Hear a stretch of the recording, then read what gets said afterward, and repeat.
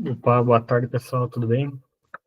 Em função, né, dos problemas que a gente teve na aula passada, eu vou estar regravando aqui essa aula para vocês. Vai ser postado no YouTube. Em relação aos prazos, vamos dar uma ajustada, né? Já que eu não consegui gravar antes, enfim. Vou repassar para vocês no grupo do Atos mesmo, qual vai ser as datas e os limites, né, para enviar o áudio da aula.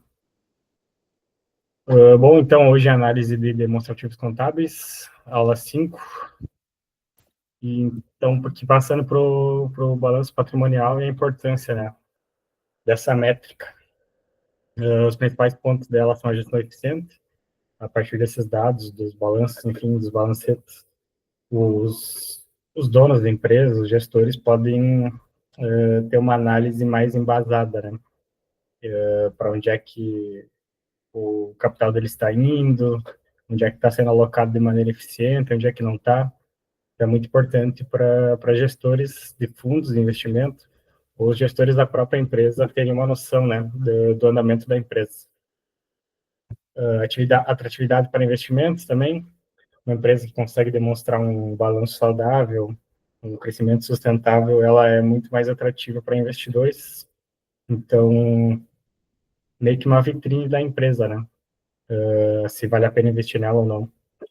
E a conformidade legal, essas empresas que têm, as são que estão na bolsa, né?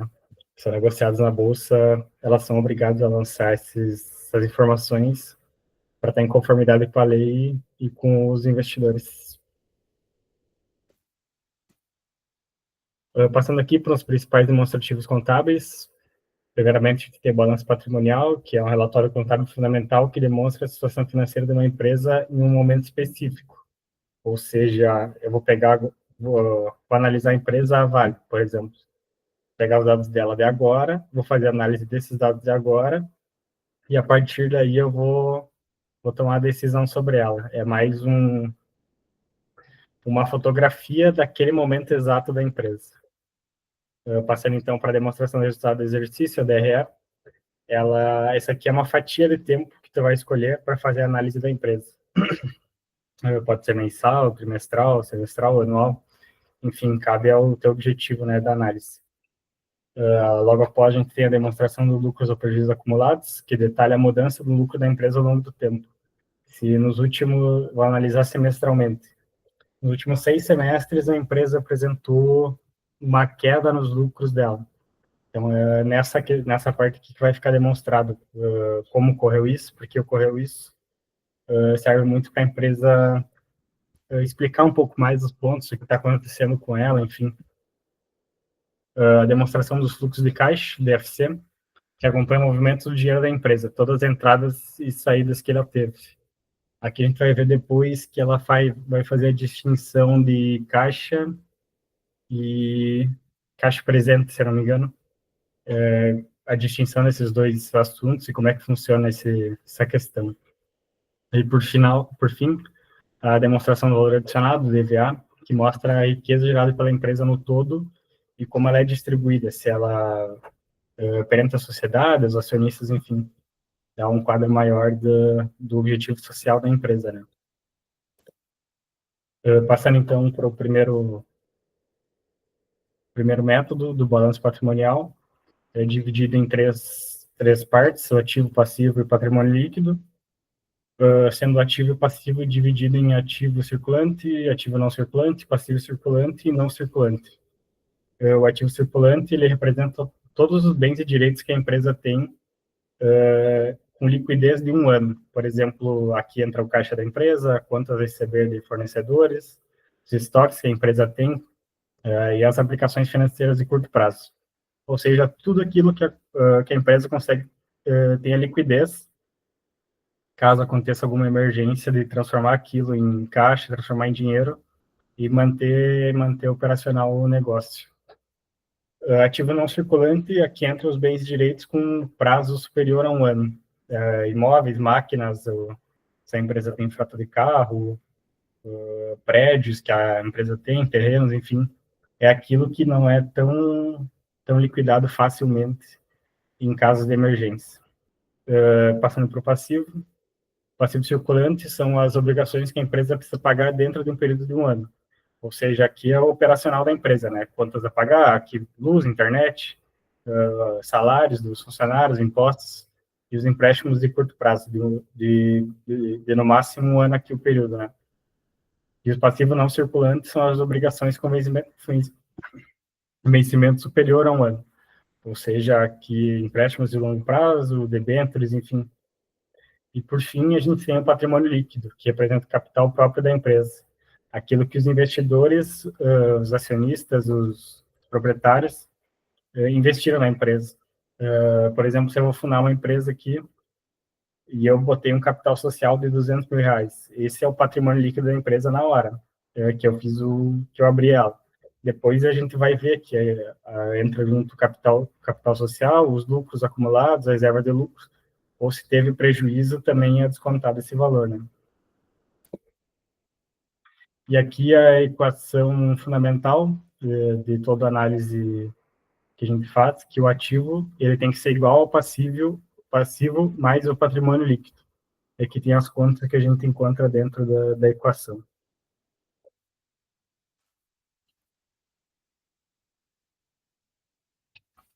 Passando aqui para o segundo demonstrativo, que seria o DRE, demonstrativo de resultado do exercício, demonstra o desempenho financeiro da empresa ao longo de um período específico, como um mês, trimestre, um ano, como foi comentado antes, e se a empresa gerou lucro ou prejuízo nesse período, detalhando todas as despesas, custos e receitas. Como é que a gente extrai esse resultado? A gente começa com a receita bruta, que aqui é o valor de todas as vendas ou serviços que a empresa prestou. O pessoal da economia tem, né, direto isso, que o lucro total é o P vezes o Q, o preço vezes a quantidade. Então, seria mais ou menos isso aqui. Depois de a gente calcular isso, a gente vem para a primeira dedução, que seriam deduções e impostos. E aqui entra o pagamento dos impostos obrigatórios da empresa, né, como ICMS, ISS. Aqui a gente pode perceber que é os impostos sobre os bens, ou seja, a empresa comprou de fornecedores para produzir o próprio produto depois em cima disso. Ele vai pagar os impostos dessas compras. Depois de deduzir, então, esses valores, a gente vai sair com a receita líquida, que é o valor da receita após as deduções e impostos. Bom, depois da receita líquida, a gente vai deduzir o custo dos produtos vendidos, o CPV, que são exatamente o custo de compra de produtos ou serviços vendidos, tudo que a empresa necessitou solicitar de terceiros, comprar, enfim. Após essa dedução, a gente vai ter o lucro bruto, que seria então o resultado da receita líquida menos o custo dos produtos vendidos, representa o lucro da empresa antes das despesas operacionais. Do lucro bruto, a gente vai descontar então as despesas operacionais, que são todos os gastos administrativos, principalmente, que a empresa tem para manter funcionando, né? Aqui entra aquela questão água, luz, internet, aluguel, se ela paga, enfim. Depois dessas despesas operacionais, a gente vai ter o lucro operacional, que é o lucro bruto, né, as despesas operacionais, que apresenta o lucro gerado pelas atividades principais da igreja, da empresa. Depois do lucro operacional, a gente vai reduzir os impostos de renda e a contribuição social, que são outros tributos que incidem, né, no pagamento do salário dos funcionários, e após isso a gente vai finalmente cair no lucro ou prejuízo líquido, que é o resultado final da DRE, depois de deduzir tudo que tinha que deduzir, depois de acrescentar todas as receitas, a gente vai cair aqui. Se tiver um valor positivo, então a gente obteve lucro, ou se for negativo, teve prejuízo nesse período analisado. Passando aqui para a demonstração dos lucros ou prejuízos acumulados, que seria então a evolução do patrimônio da empresa. Como é que é calculado esse valor? A gente pega o resultado da DRE, que a gente viu anteriormente, e vai adicionar aqui o lucro líquido do período, que seria então o lucro líquido apurado da demonstração do resultado do exercício para o mesmo período. Esse valor aumenta o saldo dos lucros acumulados. Após isso, a gente deduz os dividendos, se a empresa é pagadora de dividendos, vai entrar esse valor no cálculo, e também as outras estimações, que podem incluir parte do lucro, por exemplo, se a empresa tem uma política de reserva de emergência. Teve lucro líquido no período e ela separa um valor, enfim, dependendo da empresa, 10, 20, 30%, para uma reserva de emergência que vai ser usada apenas em caso de emergência. Aconteceu um fator externo da empresa, no setor, que impactou a produção, impactou o valor da produção, essa contingência esse valor que está contingenciado é usado para isso, então. Bom, deu um corte aqui que parou a gravação, vou continuar do onde a gente estava. Passando então para a demonstração dos fluxos de caixa, a DFC, aqui ela vai fazer aquela distinção que eu falei antes, que é o caixa e o equivalente de caixa da empresa. Por exemplo, todas as atividades que a empresa tem, que ela consegue transformar em liquidez. Todas as operações de crédito, recebimentos que ela tem a fazer, que ela consegue transformar em equivalente de caixa, que seria, então, um caixa, né? Para ter essa liquidez caso ela venha a precisar.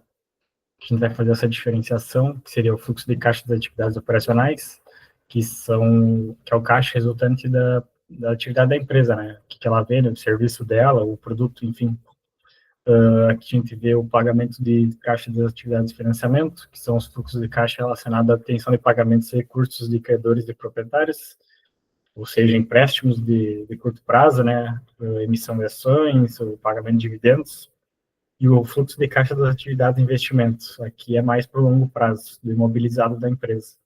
Se ela tem prédio, se ela paga aluguel, enfim, se ela tem terreno, se ela tem frota de carro, toda essa questão de computador, os equipamentos da empresa, né? E os investimentos a longo prazo dela também. O DVA, que seria a demonstração de valor adicionado, essa é um pouco diferente dos outros demonstrativos. Aqui ela vai mostrar o lucro da empresa no período e vai mostrar como foi distribuído esse lucro. Se ela é pagadora de dividendos, vai pagar os dividendos dela. Se ela é uma empresa focada em crescimento, vai reinvestir nela, ou como é que ela faz o pagamento dos funcionários, né, do pessoal, e como é que é a estrutura dela, então. A receita bruta, que é o valor total das vendas da empresa, menos os insumos adquiridos de terceiro, ou seja, tudo que ela precisou para gerar um serviço, para poder prestar o serviço dela ou vender um produto, ou seja, matéria-prima, energia, serviço de terceiro, internet, luz. A gente vai cair no valor adicionado bruto, que apresenta toda a riqueza gerada pela empresa antes da dedução e da dedução da depreciação e amortização. Desse valor, a gente vai abater, então, a depreciação e amortização, que é a perda do valor dos ativos de longo prazo. Se a frota de carros da empresa desvalorizou, né, desvaloriza após anos os carros, isso tudo entra nessa conta, então. Nós vamos sair com o valor adicionado líquido, que trata-se, então, de todo o lucro que a empresa teve nesse período analisado. E daí aqui a gente vai fazer essa distinção, como é que é distribuído esse valor. A distribuição é valor adicionado com o pessoal, que seria, então, salários, benefícios, se a empresa paga plano de saúde, paga creche, enfim.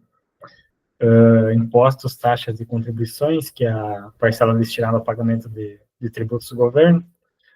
Entra nessa questão do valor adicionado, que tem essa coisa, pagando imposto, o Estado vai fornecer, então, saúde, educação para a população no geral, né? A remuneração do capital próprio, que daí entra, então, os lucros retidos, os dividendos, o pagamento de quem investiu no negócio, dos acionistas, enfim, e a remuneração de capital de terceiros, que seria o pagamento de juros, de empréstimos, de emissão de ações, financiamentos, toda essa questão, né? Então, as notas explicativas, elas ficam geralmente no final dos balanços das empresas, e elas servem para explicar como é que foi feito o balanço da empresa, né? que método ela utilizou para fazer os cálculos. Muitas vezes, nesses balanços, a empresa ela faz algumas... ela faz como é que eu posso dizer? Uma estimativa, né, de como é que ela vai performar, como é que ela vem performando. A empresa tem estoque, por exemplo, a estimativa dela é continuar com o número de vendas ou aumentar, ou a questão de sazonalidade, por exemplo, está chegando o Natal e a empresa acho que vai vender muito mais o produto dela, o serviço dela, enfim. Como é que foi feito esse cálculo de estimativa, né? Que é muito usado nos balanços de pagamento. Outro fator importante das notas é os eventos subsequentes.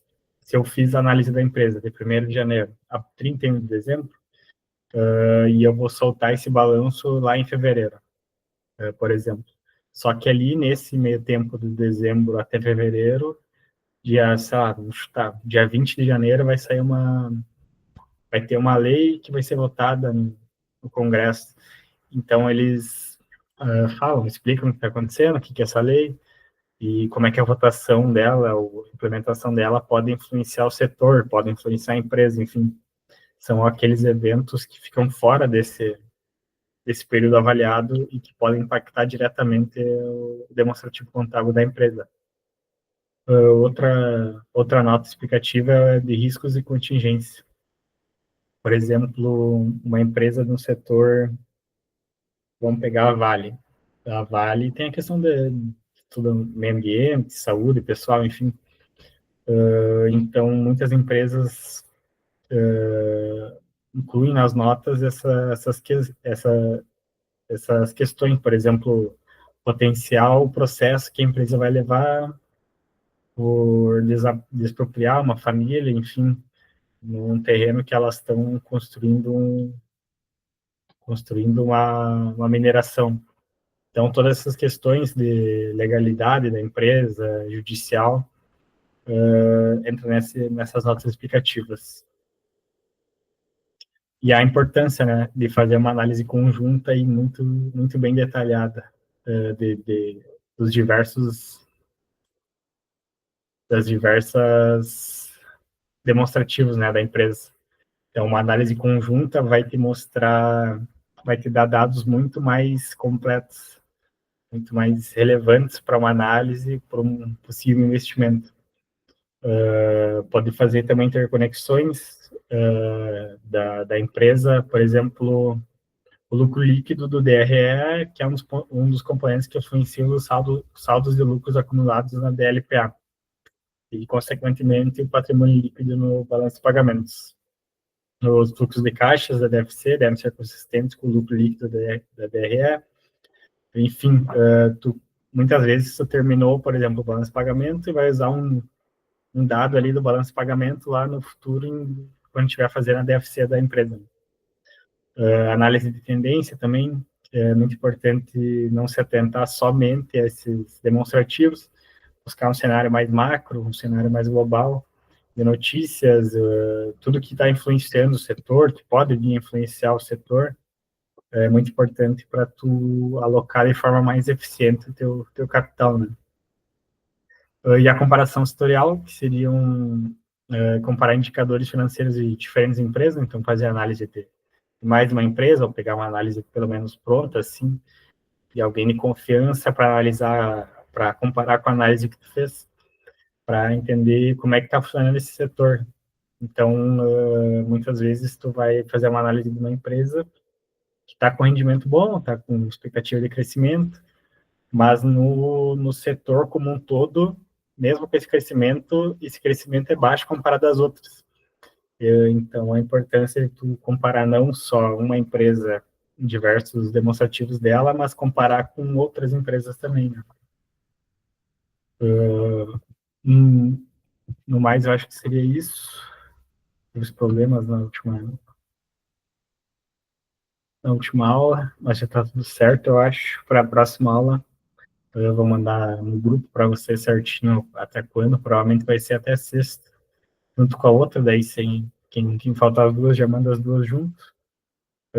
No mais, se tiver alguma dúvida, pode me chamar no WhatsApp, pode chamar o Arthur também, pode ajudar vocês se for alguma dúvida. No mais, eu acho que é isso.